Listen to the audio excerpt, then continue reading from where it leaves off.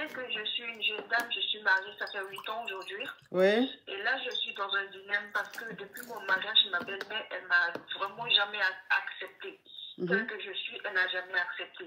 Et là, j'ai une copine, ma copine d'enfance avec qui j'ai tout fait, qui m'a conseillé d'aller voir un monsieur et tout pour que ma belle-mère puisse m'accepter. Et là, j'ai accepté, j'ai suivi mon ami en question. Sauf que quand nous sommes allés en Côte d'Ivoire pour les vacances et tout, nous sommes allés voir le monsieur en question. Et là, pour moi, le travail qu'on devait faire, c'était pour que ma belle-mère puisse m'accepter telle que je suis et tout. Mais elle, dans mon dos, vu que c'est elle qui connaissait le monsieur, elle est passée de mon dos encore pour aller dire au monsieur que non, ma copine en question, elle ne veut pas que sa belle-mère elle veut que tu la sépares de son mari. Non. Ouais. Attends, sur le plateau, j'explique à la coach parce que je ne suis pas bien.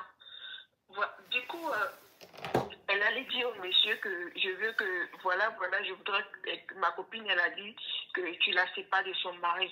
Elle a dit qu'elle avait honte parce qu'elle ne pouvait pas tout expliquer totalement. Et moi, elle m'a dit de venir vous dire de la séparer de son mari. Et ça fait maintenant un bout de temps, depuis que je suis revenue des vacances, moi et mon mari, ça ne va pas. Ça ne va pas, coach, ça ne va pas. Et j'ai appelé le tonton en question. Il m'a dit, mais ma fille, qu'est-ce que tu veux au juste? Voilà ce que ton ami est venu me dire. Elle m'a dit que tu ne voulais plus de ton mari. Sachez que, coach, mon mari, c'est le fils de vraiment un cadre de notre pays, la Côte d'Ivoire. Et vraiment, il est vraiment fructueux. Désolée, coach. Oh, non. Je comprends ton émotion, mais il ne faut pas pleurer, ma chérie. Sinon, tu vas signaler le live. Courage à toi. Désolée, coach. Ok. D'accord, pardon. Et là, j'ai dit au tonton, j'ai dit non, non, tonton, c'est pas ce que je voulais. Je voulais juste que ma belle-mère puisse m'accepter. Vu que moi, je suis dans notre culture, chez les Jula, moi, je suis forgeron. Ils n'aiment pas les femmes forgerons parce qu'on se dit que quand tu maries une femme forgeron, c'est pour brûler ta richesse. Non, faut pas, c'est pour dilapider. Il faut parler en code. Ça, c'est des mots spam, ça. Pardon, maman, pardon. Et là, maintenant, le monsieur me dit, bah, ma fille, franchement, je ne peux pas faire grand-chose parce que le travail, je l'ai mis dans un fleuve. J'ai cadenassé et j'ai mis dans un fleuve. Que je peux rien faire et tout parce que toi et ton mari, franchement, ça ne pourra plus aller. Et là, ça fait depuis mon retour des vacances, moi et mon mari, ça ne va pas. Je demande à mon mari, qu'est-ce que je t'ai fait? Il me dit, non, tu m'as rien fait, mais j'ai plus envie de te sentir. Il me dit, tu sais quoi, tu me dis ce que tu veux comme agent, que je puisse te dédommager pour tout ce temps qu'on a passé ensemble. Et sachez que, vous savez, chez les fructueux, dès le bas âge, les enfants, ils ont déjà leur compte bancaire et tout. Les enfants, en tout cas, on a 2 enfants. Les enfants, ils sont bien. Financièrement, ça va. Mais c'est moi, mon mari, aujourd'hui, il me dit, franchement, je ne l'ai jamais offensé, je n'ai jamais rien fait. Il veut seulement que je le libère. Il veut que je libère sa maison et tout. Wouh! Il me donnera tout ce qu'il veut. Et tout ce que je veux, coach. Du coup, là, je vous appelle aujourd'hui. Franchement, je ne sais pas quoi faire. Je ne sais pas quelle question vous poser. Je vous appelais juste pour me décharger. Je vais couper, je vais suivre vos conseils. Je n'arrive pas, je vais pleurer, désolée. Oh. Courage à toi, ma chérie. Je vais récapituler. Non, il ne faut pas couper, ma chérie. Il ne faut pas couper. Je vais récapituler. Il faut respirer un peu. Prends un peu de fraîcheur. Ok, je récapitule. Hein. Tu es marié. Ton mari est fructueux. C'est-à-dire que ton mari fait partie d'une grande famille de la Côte d'Ivoire. On va taire le nom. Ouais. Et ta belle-mère ne t'aime pas. C'est comme si ta belle-mère ne voulait pas de toi. C'est pas ton choix. Tu n'es pas son choix. Donc, tu as ta copine à qui tu as expliqué, ta copine que tu prends comme ta soeur. Tu lui as expliqué la situation. Elle t'a dit, vous allez partir en Côte d'Ivoire. Elle va t'emmener chez un monsieur là, un basseur là. Il va faire le travail. Comme ça, ta belle-mère va t'aimer. Donc, voilà comment tu vas bien avec ta copine. Et elle t'amène voir le monsieur. Donc, quand arrivé là-bas, toi, tu expliques au monsieur que c'est pour, en quelque sorte, basser ta belle-mère pour qu'elle t'aime. Et le monsieur a dit, ok, il n'y a pas de problème, il va faire le travail. Déjà, quand vous êtes partis, ta copine est repassée derrière toi. Elle allait voir le basseur. Et elle lui a dit non, ma copine, je suis venue avec elle. Ce qu'elle voulait dire là, comme elle est timide, elle n'a pas pu dire. Mais moi, je viens te dire. Elle veut faire le bas pour se séparer de son mari. Sinon, ce n'est pas pour sa belle-mère, mais c'est pour se séparer de son mari. Mais elles veulent que la séparation se passe calmement. Voilà comment le monsieur maintenant, il fait le travail. Quand il fait le travail, c'est pour que vous, de votre mariage, vous divorcez. Toi maintenant, quand tu finis ton séjour, que tu rentres, tu vois que ton mari et toi, ça ne va pas. Il ne veut plus te sentir. Tout ce que tu dis, ça l'énerve. Ton mari dit, il demande le divorce. Qu'il ne veut plus être avec toi, il ne veut plus rester avec toi.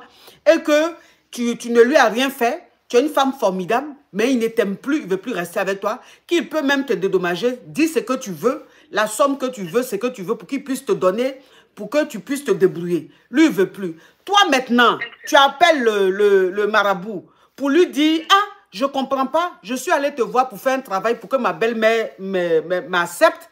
Mais depuis que je suis rentrée, mon mari et moi, ça ne va pas. Et le marabout maintenant qui te dit, mais qu'est-ce que vous voulez à la fin, madame?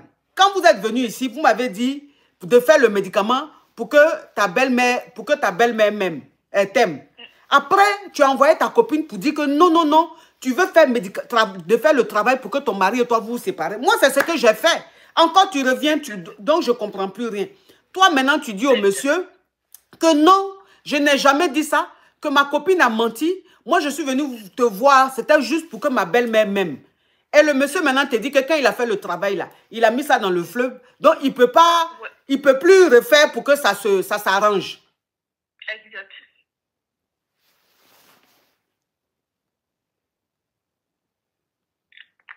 Hein? Donc, ça veut dire que là, ton mari veut rien savoir, il veut divorcer.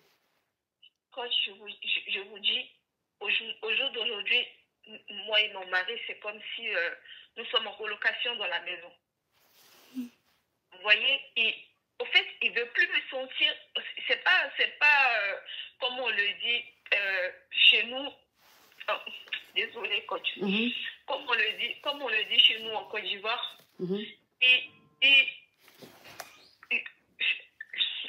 Parle en djoula, parle en djoula.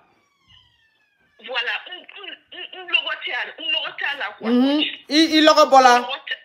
Voilà, merci. On le rebola là.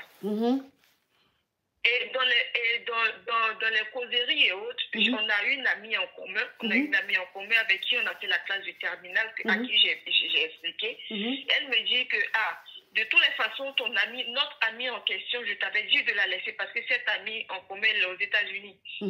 Elle m'a toujours dit, c'est pas toi de cette personne, c'est pas toi de cette personne. J'ai pas accepté. Je me suis dit que, ouais, on a fait les études ensemble et tout. Tu vois, coach? Je me suis dit que c'est pas aujourd'hui, je vais la mettre de côté.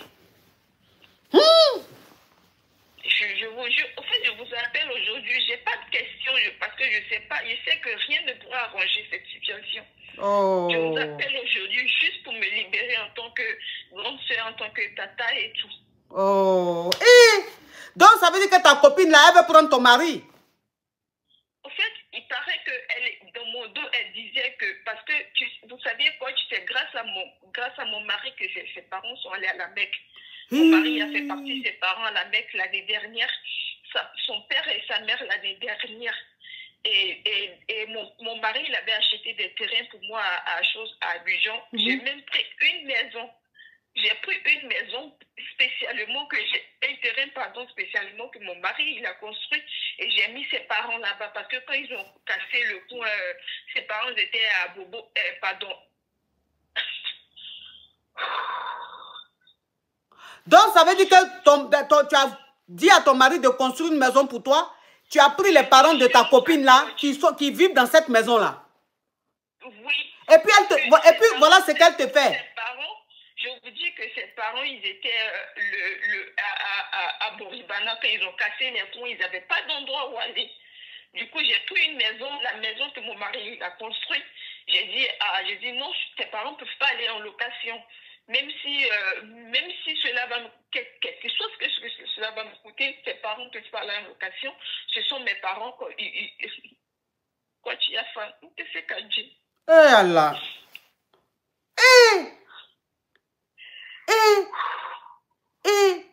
Non, mais je ne crois pas. Toi, ta copine va, le mari de ta copine va dire à son mari d'emmener tes parents à la Mecque. Le monsieur a emmené tes parents à la Mecque. Son mari a construit une maison. Dans l'une des maisons là, comme les parents de ta copine se sont retrouvés dehors, tu dis, il ne peut pas aller en location. Tu as mis les parents de ta copine là dans l'une des maisons de ton mari. Et voilà comment elle te remercie. Donc, ça veut dire que tout ce que tu lui as fait là, elle se dit que si elle est avec le monsieur, elle va gagner plus. Exactement. Elle se dit que si elle est avec le monsieur, elle va gagner plus. C'est notre copine en commun qui est aux États-Unis, elle m'a dit, voilà, je suis sûre qu'elle veut ton homme. Elle se dit qu'avec ton mari, elle aura plus. Elle est jalouse. Elle se dit qu'elle aura plus et tout. Coach, oui, franchement, je suis dessus. Oui. Donc, ça veut dire qu'elle a bassé ton mari. Elle a bassé ton mari. Si c'était pour la séparation, je suis sûre qu'ils vont se mettre ensemble, coach. Ils vont se mettre ensemble. Et le pire est que je ne peux rien faire. Rien. Je ne peux rien faire. Rien. Mes enfants, ils sont là. J'ai des jumeaux. Mes enfants, financièrement, ils sont à l'abri. C'est pas le souci. C'est pas le souci. Ils sont à l'abri financièrement, vraiment. J'ai pas envie de dire le nom de la... Non, faut pas dire. Faut pas, les gens vont savoir parce que le live là, il y a des gens qui font des captures, qui mettent sur les plateformes. Donc, faut pas, tu vas dire des choses, ils vont te reconnaître. Moi, je pourrais pas leur dire d'effacer. Tu comprends un peu? C'est les réseaux. Je comprends. Et le pire, coach, je sais pas, vous êtes une sœur africaine, vous êtes une sœur, une maman et tout. Vous savez, chez nous, quand on a grandi, vous savez, nous, on n'est pas élevés à l'air libre. On est venu en Europe, on n'est pas élevés à l'air libre. Du coup, on se dit que les copines avec qui tu as été à l'école, tu as fait ceci, tu as fait cela, tu veux toujours garder le contact, coach. Tu veux toujours garder le contact. Voilà pourquoi on dit que dans la vie, là, quand Dieu te bénit, que tu réussis, tu arrives à un niveau, là, tes amis d'enfance qui sont restés poivres, là, il faut les éviter. Tes amis d'enfance qui sont restés poivres, il faut les éviter. Voilà le petit, là. Voilà voilà le petit chanteur, là. Aujourd'hui, qui est en Kaba, le petit chanteur, là. Hein? Il est arrivé au sommet de son art, mais il traînait encore avec ses amis d'enfance poivres. Voilà, ils l'ont mis dans le problème. Voilà comment sa vie est devenue. Donc, ça veut dire dans la vie, là, quand tu arrives à un niveau, il faut marcher avec des gens qui sont à ton niveau ou qui sont plus que toi. Il faut laisser tes amis d'enfance qui sont restés poivres, là. Parce qu'ils vont t'envier. Ils vont t'envier. Une personne que tu viens de rencontrer, si la personne te connaît dans ta situation, la personne ne peut pas t'envier parce qu'elle ne connaît pas ton passé. Mais ton ami d'enfance, là, connaît ton passé. Donc, le fait de te voir évoluer comme ça, puis elle est encore derrière, ça peut créer des jalousies, ça peut créer beaucoup de choses. Ça peut créer beaucoup de choses. Franchement. Je me disais que c'était ma soeur, je faisais tout pour elle. Ses parents, ils ont été à la Mecque l'année dernière. L'année dernière, et là, j'ai mis ses parents dans l'une de mes maisons que mon mari il a construit pour moi. Oui, tu as déjà dit. Oh, la femme, elle est tellement en train de tuer qu'elle se répète tellement qu'elle a mal. Mais j'ai dit, donc basse là, quand on fait basse là, il y a des basses on fait, on peut pas revenir en arrière. J'ai tout fait. Ma mère, j'ai même appelé ma mère pour qu'elle puisse aller voir le monsieur. Ma mère, elle est partie. Le monsieur, il a dit, franchement, il ne pourra pas. Il a dit, franchement, il ne pourra pas. S'il avait les moyens qu'il ferait, mais franchement, il ne pourra pas. Et il a dit que même si on va quelque part d'autre pour aller faire, soit tu es bien à quel fatoyer, quoi. Oh, Shanibou, love you. Donc, ça veut dire que Niatara yoro bella, yoro dola kake, ichebe na ke fatoye. Exactement. Donc, ça veut dire qu'elle dit que le basseur là a dit, s'ils vont même ailleurs pour vouloir enlever le basse là, son mari risque de devenir fou. C'est ce qu'ils ont dit. Ça veut dire que son mari peut devenir fatoro. Oui. Mes enfants, je ne peux pas faire ça à mes enfants. Quand je préfère abandonner, je ne peux pas faire ça à mes enfants. Mais, Seigneur, mais j'ai dit, ta maman, ton papa, comme si déjà ton mari a envoyé les parents de ta copine à la Mecque, c'est que toi-même, tes parents sont allés à la Mecque beaucoup de fois. Oui, mais tes parents là, il faut voir s'ils ne peuvent pas voir un imam. J'avais pas pensé à ça. Voilà, parce que c'est vrai, il y a ce que le diable fait et puis il y a ce que Dieu fait. Donc, chez eux, là-bas, ils ne peuvent plus arranger, mais Dieu peut arranger. Il faut dire à tes parents, ils vont aller voir un imam. Et puis, c'est qu'avec bas son frère, on peut pas chose. Tout ce qu'il dit là, peut-être qu'il dit, oui, effectivement, Maccabia, peut-être qu'il est en train de mentir, le monsieur. Peut-être que le marabout est en train de mentir. Donc, il faut dire à tes parents, ils vont aller voir un imam, ils vont se lever, hein. Parce que ce qu'ils sont en train de faire là, tu vas perdre ton mari, elle va prendre ton mari. Parce que ce qu'elle est en train de faire, c'est pour prendre ton mari, prendre ton foyer. S'il te plaît, ma chérie, il ne faut pas rester là à pleurer, il faut te lever. Ibeouri. Ibetara, Ibamso, il est Itabamso, Abetara Imam fait, Abetara partout, pour que ça là, ça s'arrange. Il ne faut pas t'asseoir comme ça pour laisser. Tu as compris?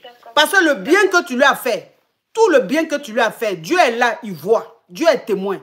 Donc, quelqu'un, tu ne peux pas faire du bien à une personne comme ça, et puis la personne va vouloir te remercier en te faisant du mal. Si Dieu vit, si Dieu existe là, ça ne va pas rester longtemps, ça va se gâter. Et comme Dieu vit, Dieu existe là. Si vous prenez ça, vous partez voir un imam, que l'imam va prier, l'imam va faire tant. Tout ça là, ça va se retourner. Retour à l'envoyeur, ma chérie. Ma chérie. Il faut faire retour à l'envoyeur. Il ne faut pas laisser ça, pardon. Courage à toi. Merci. Oui.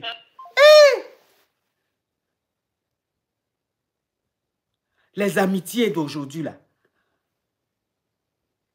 Les amitiés d'aujourd'hui. Ouais. Non, non, non, non, non, non, non, non, non. Ça, non. Chier.